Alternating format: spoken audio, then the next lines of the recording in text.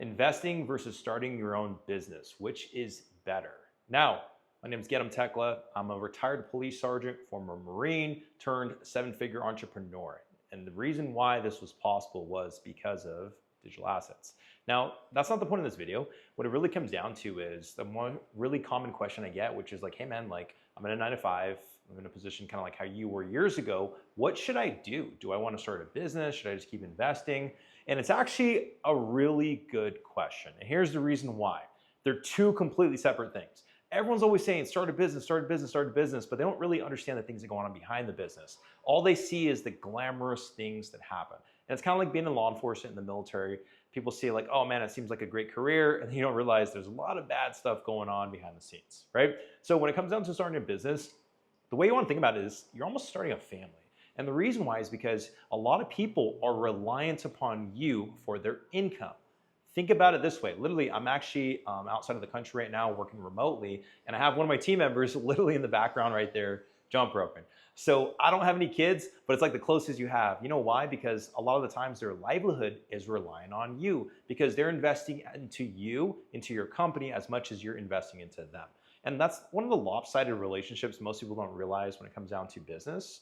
And the reason why is because, like I said, most people glamorize it. So the way you have to think about it is like this, right? Do you want to? Do you actually want to take on the responsibility of, number one, your own livelihood? Because as much as it might seem glamorous, it's freaking stressful.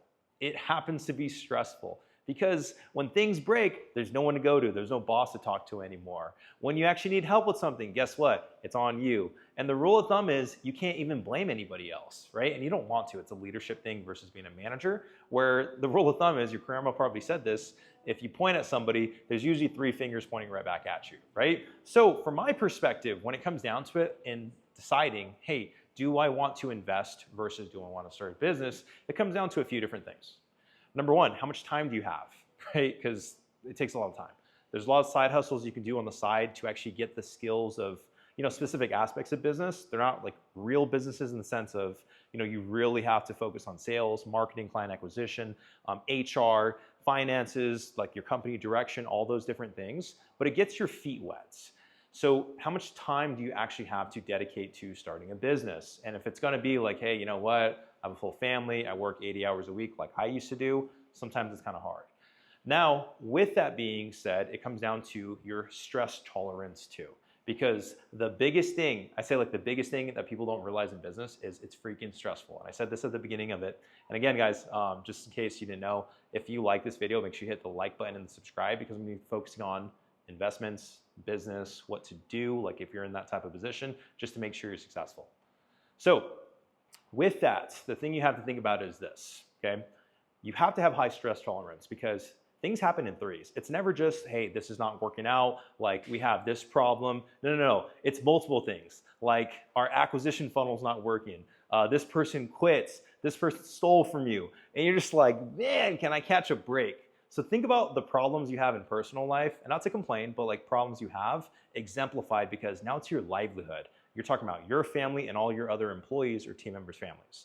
So really the main two things are gonna be how much time you have, how much stress tolerance you have, and it comes down to vision. Like, why do you wanna do this? Like, is there an underlying reason why you're doing this? Or is it just to say that I'm a CEO? And if it's the latter, don't do this. Now, what I typically recommend is investing first. And here's the reason why.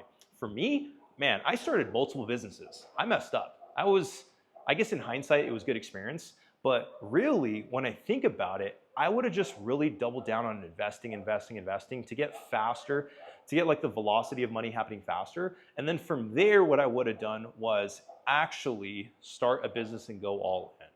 I went the hard route. I was actually doing, some passive income investments. I started an actual retail storefront in San Francisco back then, which was a terrible idea because I had to cross the bridge. I had no sleep. It was terrible. It went sideways. And so what I didn't realize was the number one thing you do is actually invest into yourself. That's the actual education. But the other thing is going to be into remote investments, whether that's digital assets like I did, like crypto, or into different stocks, individual stocks versus 401ks. That's another story. And if you want me to actually talk about that, make sure you comment below and I'll actually post an actual video based on that. But essentially, you want to invest into things like stocks, digital assets, things that aren't tied to a location. Because what's going to happen is this. If you're already thinking about potentially leaving the career, leaving the hometown, you're not going to want to be tied down to location-specific things like rental properties, things like that. And I know it's contrarian, a lot of people don't think this way, but I'm telling you for the future right now, this is what I tell my younger self. So what I would do is reinvest into myself, invest into things like digital asset stocks, like online investments that are future oriented because you have time to recover. And then from there, as you start increasing your wealth and you start increasing your cash flow, maybe that's dividend stocks, maybe that's like digital asset arbitrage, whatever it is, then you make the affirmative decision that I am going to go all in into a business. And the actual thing you want to think about is this, okay? Number one, you have a certain amount of attention you can focus on, right? Think of it like a progress bar. You have 100%. Right now it's your job, or it's going to be maybe 80% your job, 20% your family, whatever. The business is like 300%. So as much as you think that, hey, I'm going to do it on the side, you just have to be prepared to spend not the 9 to 5, but the 5 to 9 focusing on your business. So just to recap, guys, what I would recommend typically if I'm in a 9 to 5 would be to invest in myself, invest into some digital investments. And then from there, if you really want to go down the business route, make sure you look for an actual industry that makes sense, usually remote online type businesses or service-based businesses also. And then from there, really go all in. Again, guys, my name is Get Tekla. I'm a retired police sergeant turned full-time investor and business owner, obviously.